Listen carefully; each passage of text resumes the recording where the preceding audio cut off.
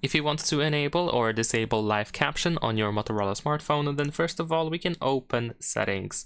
Now once you open settings, then you should be able to find sound and vibration, and then most likely in sound and vibration you should be able to find live caption. So you can go over here and you can turn on and turn off live caption quite easily, and you can also find some additional settings that allow you to adjust the live caption feature. In some cases you might need to update or download the live caption, which should be for example noted over here below this switcher in case that's what you need to do.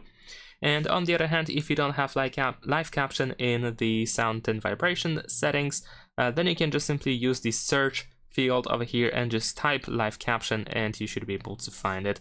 And if not in sound settings, then definitely you should be able to find it in accessibility. So what you can do is if you open settings, then just search for accessibility. There we go. And then in here we're gonna try to find the live caption. There we go. So you can go from accessibility into that option as well. Leave a like and subscribe.